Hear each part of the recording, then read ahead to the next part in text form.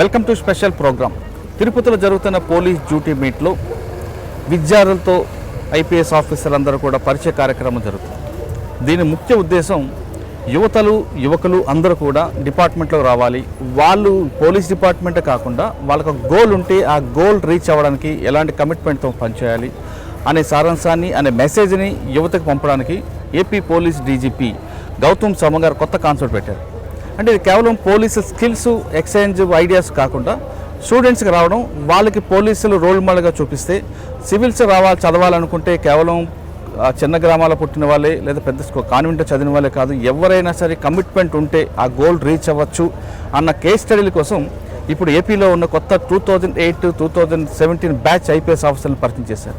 అంటే ఒక్కొక్క ఆఫీసర్తో ఒక కేస్ స్టడీ కనిపిస్తుంది. ఒక ఆఫీసర్ బ్యాక్గ్రౌండ్ అంతా కూడా హైయర్ అఫీషియల్ వస్తే బాగా క్వాలిటీ పీపుల్ చూస్తే, ఇంకొక ఆఫీసర్ అర్బన్ నుంచి వచ్చిన ఉన్నారు, జిల్లా పరిషత్ స్కూల్ నుంచి వచ్చిన వాళ్ళు ఉన్నారు, తెలుగు మీడియంలో చదువుకొని కమిట్మెంట్తో ఐఏఎస్ సివిల్ సాధించిన వాళ్ళు ఉన్నారు.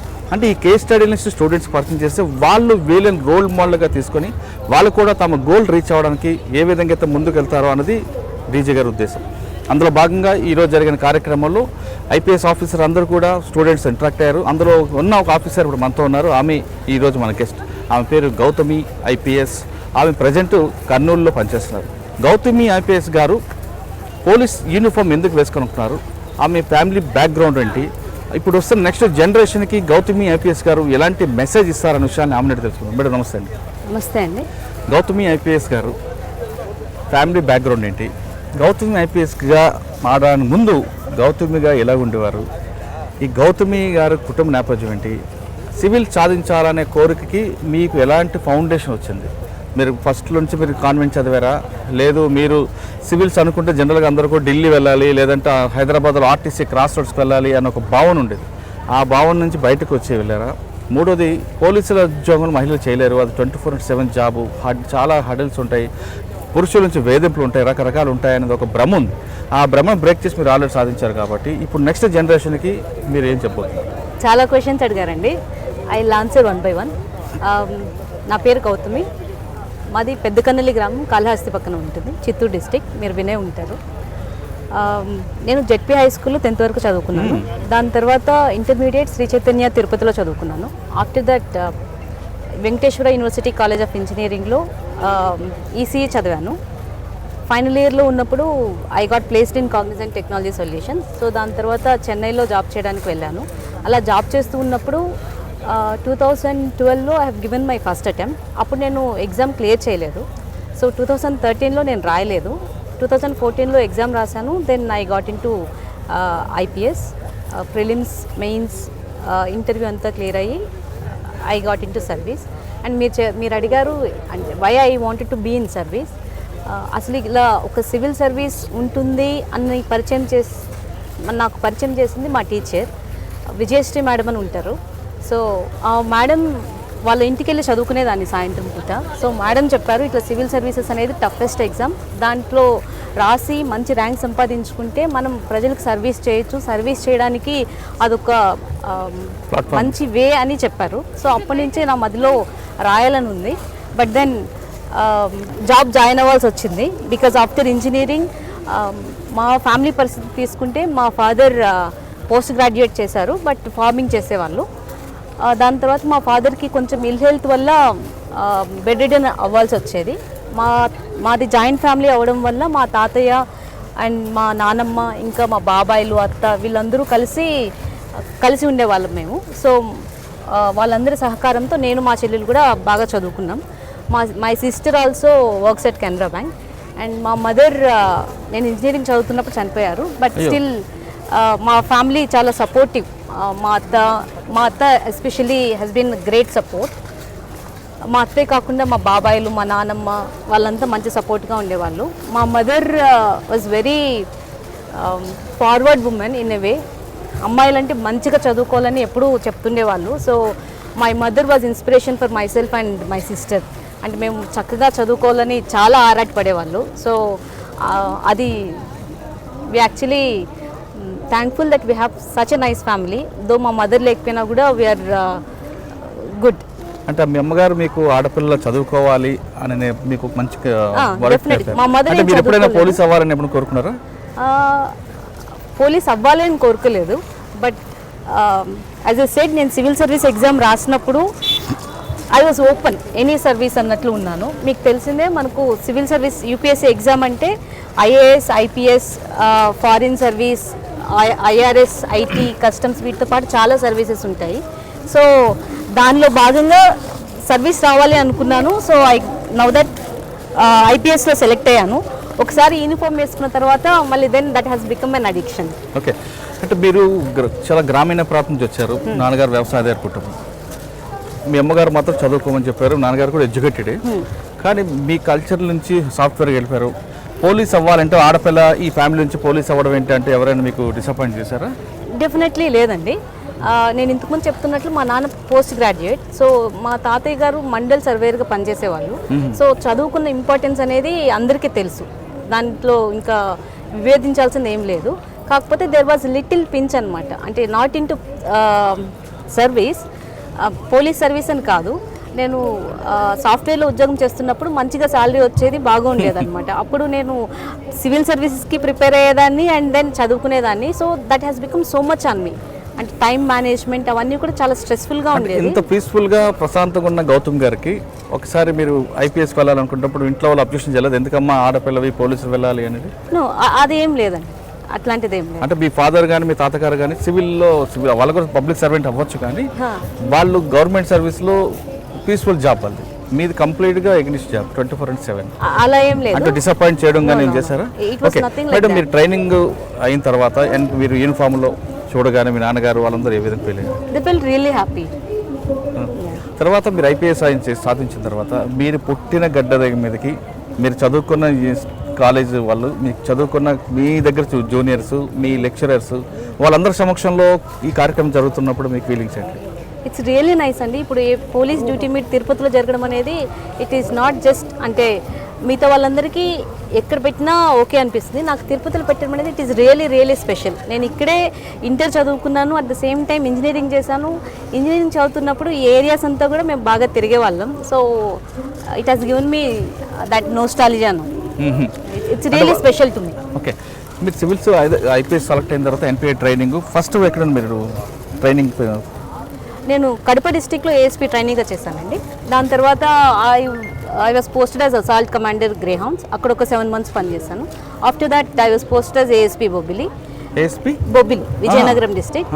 And later I was posted as additional SP admin Kurnool. And then special enforcement bureau పెట్టిన తర్వాత I was posted as additional SP special enforcement. Okay, మీరు చేస్తున్న ఈ 4 పోస్టుల్లో పబ్లిక్తో డైరెక్ట్ ఇంటరాక్ట్ ఉంది Bobbili ASP.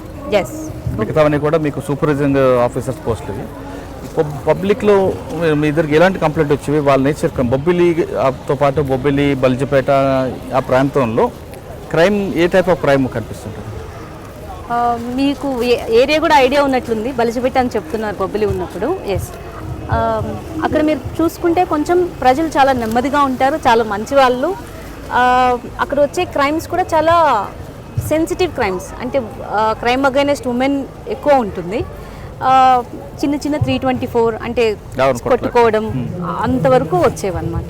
So we had great opportunity there to interact with so many students. అక్కడున్న విలేజెస్కి వెళ్ళి మీటింగ్స్ పెట్టి వాళ్ళతో మాట్లాడడం. సో దీని అంతటి వల్ల ఆ సొసైటీ అంటే ఇలా ఉంటుంది, ఇన్ని ఉంటుందని నేర్చుకోవడానికి that was been very helpful. Okay, మీరు పబ్లిక్తో ఇంటరాక్ట్ అయ్యారు, కొంతమంది స్టూడెంట్స్కి ఎడ్యుకేట్ చేశారని చెప్తున్నారు కాబట్టి బొబ్బిలి, సీతానగరం, తెరలాం, పార్థపురం ఈ సబ్ డివిజన్ కాదు, బల్జిపేట ఈ ప్రాంతంలో ఇప్పటికీ కూడా మహిళలు బయటకు రావద్దు, బయటకు వెళ్తే అదొక పెద్ద తప్పు అన్న భావించే కొన్ని కుటుంబాలు ఉన్నాయి. వాళ్ళని ఎడ్యుకేట్ ఏం చేశారు? మీ నోటీస్కి వచ్చింది అట్లా?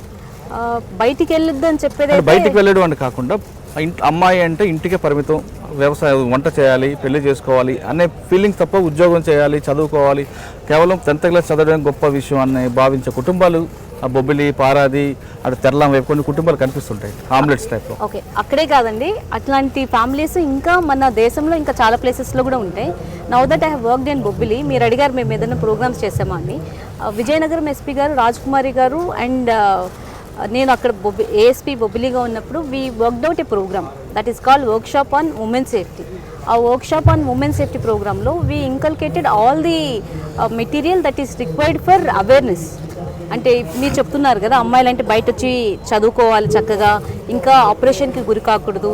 సో ఇట్లాంటివి వివిధ రకాల అంటే మన గవర్నమెంట్ ఏమైతే లాస్ చేసిందో, ఏవైతే ప్రొవిజన్స్ ఉన్నాయో, వాళ్ళకి రైట్స్ ఏవైతే ఉన్నాయో అవన్నీ వాటి మీద అవగాహన కల్పించడానికి we made A video of around 40 minutes video. So we use to play that video in most of the villages and the schools and colleges. So దానివల్ల ఏమవుతుందంటే more than anything what we require is awareness. బేసిక్గా ఒక awareness అంటే మన rights ఏంటి అన్నది తెలియకపోతే that becomes difficult. For example ఇప్పుడు ఒక వ్యక్తి మీద ఏదైనా అఘాయిత్యం జరుగుతుంది, లేకపోతే ఏదైనా జరుగుతూ ఉంటుంది. సో అతనికి తన మీద అఘాయిత్యం చేస్తున్నారు, ఇది తప్పు, దీనికి మన లాస్ ప్రకారం శిక్ష పడుతుంది అన్న అవగాహన లేకపోతే they don't even go to the police station. So basic idea is to create awareness about various laws that we have. మీరు ఏసీపీ బొబ్బిలి టైంలో ఏఎస్పీ ఒక కేస్ స్టడీ అని చెప్పగలరా? మీరు డైరెక్ట్గా వాళ్ళతో మాట్లాడి ఆ ప్రాబ్లం సాల్వ్ చేసింది మీకు బాగా గుర్తుండిపోయేది. రెగ్యులర్గా చాలా మంది వస్తుంటారు, అంటే అంత పెద్ద క్రైమ్ కనిపించదు బొబ్బిల్లో, మీకు ఎస్ఐతోనే సగం లేదండి. చాలా సైలెంట్గా ఉంటుంది అక్కడ, అంటే చిన్న చిన్న సెన్సిటివ్ ఇష్యూస్ ఉంటాయి. మీరు ఒక కేస్ స్టడీ అడిగారు, I don't want to tell the name of the institution or anything. మాకు ఒక లెటర్ వచ్చింది, ఒక ఎవరు పేరు రాయలేదు, జస్ట్ ఒక కొంతమంది ఒక ప్రొఫెషనల్ కాలేజ్ అది. ఆ ప్రొఫెషనల్ కాలేజ్లో చదువుతున్న పిల్లలు ఒక క్లాస్ స్టూడెంట్స్ అంతా కలిపి ఒక లెటర్ రాశారు. ఇట్లా మా కాలేజ్లో ఒక పర్సన్ వల్ల వీ హ్యావ్ మాకు కొంచెం ప్రాబ్లంగా ఉంది, కొంచెం సెక్షువలీ కలర్డ్ రిమార్క్స్ చేస్తున్నారు, మేము ఇంట్లో వాళ్ళకి చెప్పాలంటే మమ్మల్ని తిడతారని భయంగా ఉంటుంది, ఇంకా మేనేజ్మెంట్కి చెప్దామన్నా కూడా భయంగా ఉంది, బికాస్ ఆ పర్టికులర్ పర్సన్కి చాలా మంచి పేరు ఉంది, మేము చెప్పేది నమ్ముతారో నమ్మరో అనేసి. సో దీనివల్ల నేను ఆ కేస్ స్టడీ అక్కడికి వెళ్ళి ఆ ప్రాబ్లం అంతా సాల్వ్ చేయడం వల్ల వాట్ ఐ అండర్స్టూడ్, మనం పిల్లలకి చాలా ఫ్రీడమ్ ఇవ్వాలి. అంటే వాళ్ళు ఏదైనా తప్పు చేసినా కూడా తల్లిదండ్రుల దగ్గర చెప్పుకోగలగాలి, టీచర్స్ దగ్గర చెప్పుకోగలగాలి. ఒకవేళ ఎప్పుడైతే మనం ఆ ఫ్రీడమ్ పిల్లలకి ఇవ్వకపోతామో అప్పుడు ఏమవుతుందంటే they don't tell the things out open. అవి అలాగే హైడ్ చేయడం వల్ల ఏంటంటే ఇంకా పెద్ద పెద్ద ప్రాబ్లమ్స్లోకి ఇరుక్కుపోతారు. సో వాళ్ళు at least they had that idea, అతను ఇట్లా చేస్తున్నారని మాకు ఒక లెటర్ పంపించడం వల్ల మేము దానికి రెస్పాండ్ అయ్యాము, దాన్ని సాల్వ్ కూడా చేసాము. ఏంటంటే ప్రాబ్లం ఏంటి ఇక్కడ? మీరు పికప్ చేశారు వాడిని అంటే మీరు ఏమైనా అంబుష్ చేశారా, లేదంటే డైరెక్ట్ పికప్ చేసుకొచ్చారు? పికప్ అట్లా కాదండి, that person is very educated, we have taken action as per law. As per law. Okay, అంటే మీరు చెప్తున్న ఒక రీజన్ చాలా స్పష్టంగా ఉందండి. ఇకపై అటువంటి రీజన్ అంటే ఏవైనా జరిగితే పోలీస్ స్టేషన్ కానీ తల్లిదండ్రులకు చెప్పడం అనేది కొంచెం భయపడుతున్నారు అనేది కొంత కల్చర్ కనిపిస్తుంది. అందులోంచి బయటపడాలంటే చిన్నప్పుడే పిల్లలకి స్కూల్లోనే గుడ్ టచ్ బ్యాడ్ టచ్ అని అలవాటు చేస్తే వాళ్ళు ఒక స్టేజ్కి వచ్చాక వాళ్ళు తెలుసుకుంటారు కదా. అటువంటి ఏమైనా కార్యక్రమాలు చెప్పారు? యాజ్ ఎ సైడ్ మేము వర్క్షాప్ ఆన్ ఉమెన్ సేఫ్టీ ఏదైతే చెప్పామో దాంట్లో right from female infanticide, not just good touch and bad touch, female infanticide నుంచి వర్క్ ప్లేస్లో హరాస్మెంట్ వరకు, అంటే బాల్య వివాహాలు కావచ్చు, మీరు చెప్పినట్లు గుడ్ టచ్ బ్యాడ్ టచ్ కావచ్చు, ర్యాగింగ్ కావచ్చు. సో స్టూడెంట్స్కి ఇంకా మహిళలకి పిల్లలకి సంబంధించిన అన్ని రకాల చట్టాల మీద అవగాహన కల్పించడమే ఆ వర్క్షాప్ ఆన్ ఉమెన్ సేఫ్టీ. ఇప్పుడు కూడా విజయనగరంలో ఆ ప్రోగ్రామ్ వేస్తుంటారు. ఓకే, విజయనగరం బొబ్బిల్లో ఆ కేసు మీకు పోలీసుల మీద నమ్మకంతో వాళ్ళు పంపారు అనుకోవచ్చు కదా మనం లెటర్? డెఫినెట్లీ. ఓకే, పోలీసు మీద నమ్మకంతో పంపించారు, మీరు అరెస్ట్ చేశారు. తర్వాత అమ్మాయిల మీద ఏమైనా పగ పట్టుకోవడానికి ఏం చేయలేదు కదా? అంటే చేయలేదు. ఓకే, బొబ్బిలి ఆ తర్వాత మీరు next I was posted as additional SP admin Kurnool.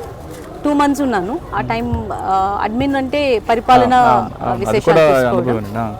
దాని తర్వాత స్పెషల్ ఎన్ఫోర్స్మెంట్ బ్యూరో, మీకు తెలుసు ఇనిషియల్గా శాండ్ అండ్ లిక్కర్ మీద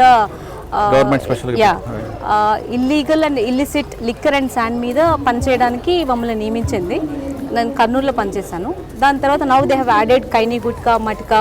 so it is really interesting to be there. Okay, మీరు చిత్తూరు కాలేజీలో చదువుకున్నారు, స్కూల్లో చదువుకున్నారు, చెన్నైలో పనిచేస్తారు చదువుకున్న టైంలో కానీ, లేదంటే ఈవి టీచింగ్ వాళ్ళని చూసినా మీకు ఒక అంటే అప్పుడు సివిలియన్ కాబట్టి ఒక కోపం కనిపిస్తుంటుంది, కనపడితే వాడిని కొట్టాలరా, వాడిని ఏదో చేయాలి, పోలీసులు పట్టించాలని బిఫోర్ యూనిఫామ్ ఉంటుంది, మనసులో ఉంటుంది. యూనిఫామ్ వేసుకున్న తర్వాత యాజ్ పర్ లా వెళ్ళాలని మీరు భావిస్తారు. కానీ బొబ్బిలి లాంటి ఇన్సిడెంట్ ఎదురైనప్పుడు ఆ ఎక్యూజ్డ్ మీ ఎదురు కనబడినప్పుడు మీ ఫీలింగ్స్ ఏంటి? అంటే అప్పుడు పోలీస్ ఆఫీసర్గా ఉన్నారా, లేదంటే సివిలియన్గా ఏమైనా గుర్తుకొచ్చి? ఓకే, యాజ్ ఎ ఉమెన్గా చెప్పండి. యాజ్ ఎ ఉమెన్ ఆల్సో అంటే ఆ పర్సన్ ఒక రెస్పాన్సిబుల్ పొజిషన్లో ఉన్నారు. ఆ రెస్పాన్సిబుల్ పొజిషన్లో ఉండి అలా చేస్తున్నప్పుడు అంటే ఆ పిల్లలకి చెప్తే మమ్మల్ని నమ్మమేమో అన్న పరిస్థితిలో ఉన్నారు. అదే బయట వ్యక్తి అనుకోండి ఈజీగా చెప్పుకుంటారేమో, because he is also one trusted person there కాబట్టి చెప్పడానికి భయపడ్డారు. సో అటువంటి పొజిషన్ని మిస్యూజ్ చేశారు అతను. సో అది అతన్ని కొట్టేయడం తిట్టేయడం అట్లా కాకుండా అంటే there should be some change. అతను అట్లా చేయడానికి కారణం ఏంటంటే రిపోర్టింగ్ అనేది ఉండదు మన దగ్గర. అంటే మనం ఏం చేసినా చెల్లిపోతుంది అన్నది ఉంటుంది. సో మీరు చెప్పినట్లు అట్లాంటి ఇన్సిడెంట్ జరిగినప్పుడు what I felt we should encourage women to open up. అంటే మీరు రిపోర్టింగ్ పెంచాలి, రిపోర్టింగ్ పెంచితే ఇలాంటివన్నీ ఉండవు. సో మనం చేయాల్సింది ఆ ఒక్క వ్యక్తిని గురించి ఆలోచించడం కాకుండా as a systematically how we can improve అనేది వీల్ హ్యావ్ టు కాన్సన్ట్రేట్. అంటే మీరు చదువుకున్న రోజుల్లో ఇటువంటి సంఘటన కనిపించినప్పుడు గట్టిగా పట్టుకోవాలి ఉండేదా? గట్టిగా అట్లా ఏం లేదండి. పట్టుకోవడం అంటే వాడి మీద గట్టి కొట్టాలన్న ఏదో ఉంటుంది కదా మనలో. మోర్ దాన్ని కొట్టాలని అట్లా కన్నా దే షుడ్ చేంజ్ అని అనిపించేది. అంతేగాని వాళ్ళని అప్పుడు పనిష్మెంట్ చేయాలని ఇక్కడ లేదు. అంటే ఆ నేచర్ ఆఫ్ మైండ్ మీకు ఉంది కాబట్టి యూనిఫామ్ వేసుకున్న తర్వాత కూడా మీరు అదే పాజిటివ్ మైండ్ వెళ్తున్నారు అనుకోవచ్చు. నాట్ ఓన్లీ దట్ అండి, ఆ training also taught us that like మనం ఒక పర్సన్ మీద కాకుండా will have to change the systems. Right, మీరు రూట్ ఆఫ్ కాజ్కి వెళ్ళారు, మీరు రూట్స్ తెలుసుకుని తనకు వెళ్తున్నారు. అంటే జనరల్గా అందరికీ పాజిటివ్ మైండ్ ఉంటుందండి. కొంతమంది ఆ జీన్స్ ప్రభావం ఉంటే వాళ్ళు ఫైట్ చేయడంగా చూస్తారు. కానీ ఒక లాస్ట్ క్వశ్చన్ మేడం, ఇప్పుడున్న జనరేషన్కి పోలీస్ డిపార్ట్మెంట్ మీద చాలామంది ఆ మహిళలందరూ వస్తున్నారు, 50% వస్తున్నారు. ఇంకా కొంతమంది పోలీస్ డిపార్ట్మెంట్కి వస్తే మగవాళ్ళతో సమానంగా పనిచేయలేమో అని ఒక భయం కొంతమంది ఫ్రేమ్ చేస్తుంటారు. అటువంటి రాకుండా ఇప్పుడు జనరేషన్ ఇలాగే సివిల్స్ అవ్వాలి అంటే పోలీసే కాకుండా ఇంక వేరే అవ్వడానికైనా వాళ్ళకి మీరు ఇచ్చే message? First thing that is all in the mind అండి. అంటే ఇది పోలీస్ ఉద్యోగం కదా, ఓన్లీ మహిళలు చేయలేరు అనుకోవడం, it's all in the mind. అలా ఏముండదు. Definitely it is a challenging job. I don't say that ఇది చాలా easy like any other job, చాలా ఈజీగా ఉంటుంది ఉమెన్కి అట్లా నేను చెప్పను. It is challenging for men and women. And being a women, ఉమెన్కి కొన్ని బయలాజికల్ నీడ్స్ ఉంటాయి. లైక్ మీరు చూస్తున్నారు ఇప్పుడు ఎక్కడికైనా బందోబస్తులకు వెళ్తారు. సో అక్కడంతా ఒక్కొక్కసారి అన్ని ఫెసిలిటీస్ ఉండకపోవచ్చు. సో అట్లాంటప్పుడు అడ్జస్ట్ కావాల్సి వచ్చి ఉండొచ్చు. సో అప్పుడు మనం డెఫినెట్గా అడ్జస్ట్ కావాలి బికాస్ వీ చోజ్ దిస్. అంటే nobody pushed us into this కదా. So when we choose it will have to accept whatever that is coming with it, whether it is good or bad. So మీరు చెప్తున్నట్టు యూత్కి, మీరు అడుగుతున్నట్లు యూత్కి what I want to tell, in whatever profession you are, whether you are a man or woman, whoever you are, give your best. So you will really accept that. Kurnool జిల్లాలో ప్రస్తుతం పనిచేస్తున్న గౌతమి జైన్ గారు అక్కడ జరుగుతున్న టాస్క్ ఫోర్స్లో ఎలాంటి కేసులు పట్టుకున్నారు, యారెక్ విషయంలో కానీ శాండ్ విషయంలో ఇలా ఏ విధంగా చేస్తున్నారు? ఎందుకంటే కర్నూలు అనేది ఇటు తెలంగాణకి అటు కర్ణాటక బార్డర్ ఉంది కాబట్టి ఎక్కువగా లిక్కర్ అక్కడ ఎక్స్పోర్ట్ అవ్వడానికి, స్మగ్లింగ్ అవ్వడానికి స్కోప్ ఉంది కాబట్టి ఏ విధంగా దాన్ని కంట్రోల్ చేస్తున్న విషయాన్ని మేడం నేను తెలుసుకున్నాం. మేడం, ఇప్పుడు కర్నూలు, ఆంధ్రప్రదేశ్లో కర్నూలు ఇటు తెలంగాణ అటు కర్ణాటక బార్డర్ ఉంది. తెలంగాణ నుంచి తెలంగాణ లిక్కర్ ఫ్రీ, మంచి బ్రాండ్స్ జరుగుతాయి, రేట్ తక్కువ. అదేవిధంగా కర్ణాటక అంటే ఇంకా దూరం అవచ్చు కానీ కర్నూలుకి బార్డర్. కానీ ఏపీలో ప్రభుత్వం ఒక నిర్ణయం తీసుకుంది, ప్రజలకి మద్యపానం దూరం చేయాలనే ఇంటెన్షన్తో కొంచెం కంట్రోల్ చేశారు. కానీ ప్రజలు మాత్రం దాని మీద ఎక్కువగా ఉన్నారు. మీరు అటువంటి ఏరియాలో పనిచేస్తూ పబ్లిక్ డిమాండ్ విపరీతంగా ఉంది. అక్కడ మీరు యారెక్ రాకుండా ఈ స్మగ్లింగ్ కంట్రోల్ చేయడానికి మీరు ఎలాంటి ప్రికాషన్ తీసుకున్నారు? ఓకేనండి, మీరు చెప్తున్నది అబ్సల్యూట్లీ ట్రూ. కర్నూలు అంటే we have border with Telangana and Karnataka. So కర్నూలులో మాకు 10 చెక్ పోస్టులు ఉన్నాయి with other states and 5 mobile parties ఉన్నాయి. వీళ్ళంతా కేవలం వీళ్ళ డ్యూటీ వచ్చి వీటి మీద ఎన్ఫోర్స్మెంట్ చేయడమే, liquor and sand and any other contraband. మాకు ఎస్పీ గారు ఫకీరప్ప సార్ గైడెన్స్లో we are detecting so many cases to than extent that we are with respect to liquor మన స్టేట్లోనే కర్నూలు వీఆర్ ఫస్ట్. అంటే మీరు కర్నూలు ఫస్ట్ అనండి, ఎక్కడెక్కడ మీకు లూ పాయింట్స్ కనిపిస్తాయి? ఇప్పుడు కర్ణాటక మీరు హైవే మీద కాకుండా తుంగభద్ర అనేది దాటిన తర్వాత బెంగళూరు, ఆలంపూర్ పక్క నుంచి కూడా చాలా లూ పోర్ట్స్ చాలా సింగిల్ రోడ్స్ ఉన్నాయి, అక్కడ కూడా అవ్వచ్చు. లేదా కర్నూలు నుండి మనం బళ్ళారి వెళ్తున్న రోడ్లు కర్ణాటక నుంచి రావచ్చు. ఇంకా చెప్పాలంటే కోడుమూరు వైపు నుంచి కూడా వచ్చే మార్గాలు ఉన్నాయి. కర్నూలు ఆత్మకూరు నుంచి కూడా ఒక బెల్ట్ కనిపిస్తుంటుంది. ఇవి రెండింటికి మధ్యన పావురాల గుట్ట దగ్గర కొంతమంది నాటు సారా కారుస్తారు, అది కూడా అవుతుంది. ఇవన్నీ మీరు ఎలాగ ఐడెంటిఫై చేశారు? ఇంకా ఇవి కాకుండా ఇంకేమైనా మీ నోటీసులు ఉన్నాయి? ఓకేనండి, నేను ముందు మీరు నాటు సారా గురించి చెప్తానండి. కర్నూలులో we have identified A type, B type, C type villages. A type villages అంటే ఎక్కడైతే ఈ నాటు సారా తయారు చేయడంతో పాటు పక్క గ్రామాలు కూడా పంపిస్తూ ఉంటారు. బి టైప్ అంటే దాని ఉధృత కొంచెం తక్కువగా ఉంటుంది. సి టైప్ అంటే they are just selling villages. So we have identified these villages. So అక్కడ మేము క్యాసో ఆపరేషన్స్ అనేవి రెగ్యులర్గా చేస్తూ ఉంటాం మా ఎస్పీ గారి డైరెక్షన్లో. క్యాసో ఆపరేషన్స్ అంటే కార్డన్ సర్చ్ ఆపరేషన్స్ అంటారు. అంటే ఒక విలేజ్లో ఇలా జరుగుతుంది అని తెలిసిన తర్వాత వీళ్ళ go with different multiple parties అక్కడ ఉన్నవన్నీ డిస్ట్రాయ్ చేయడం, సీజ్ చేయడం అవన్నీ చేస్తున్నాము. And with respect to NDPL, అదే ఇతర రాష్ట్రాల నుంచి వచ్చే లిక్కర్, నాన్ డ్యూటీపైడ్ లిక్కర్ గురించి మీరు ఇప్పుడు చాలా ప్లేసెస్ చెప్పారు. Okay, we have one check post at Panchalingala that will cover direct route to Telangana. And ఈ తాండ్రపాడులో మాకు ఒక చెక్ పోస్ట్ ఉంది. అండ్ బ్రాహ్మణ్ కొట్కూర్ దగ్గర we are moving one party, so which will cover that is coming from Alampur. అటు సైడ్ తీసుకున్నారంటే బళ్ళారి దగ్గర అటు సైడ్ తీసుకున్నారంటే we have check post at Olagonda, Marlamadiki, Halaharvi, Kauthalam, Nadichagi. So all these places we have check post. And apart from check post we have mobile parties moving around the place. So ఎవరైనా తీసుకొస్తున్నప్పుడు పట్టుకుంటున్నాం, cases కూడా పెడుతున్నాం. More than the enforcement what happened, మనకు laws amend అయ్యాయి. ముందు 7 years కన్నా తక్కువ పనిష్మెంట్ ఉండేది. ఇప్పుడు 7 years కన్నా పనిష్మెంట్ ఎక్కువ ఉండడం వల్ల ఎవరైతే అక్యూజ్డ్ దొరుకుతారో వాళ్ళని రిమాండ్కి పంపిస్తున్నాం. దానివల్ల చాలా మంచి డిటరెన్స్ ఎఫెక్ట్ అయితే ఉంది. అంటే మీరు సారా వాళ్ళ మీద ఎక్కువ ఫోకస్ చేస్తాను, ఏబీసీ కేటగిరీ చేస్తూ ఉంటున్నారు. ఏ అనేది చాలా మోస్ట్ ఇంపార్టెంట్.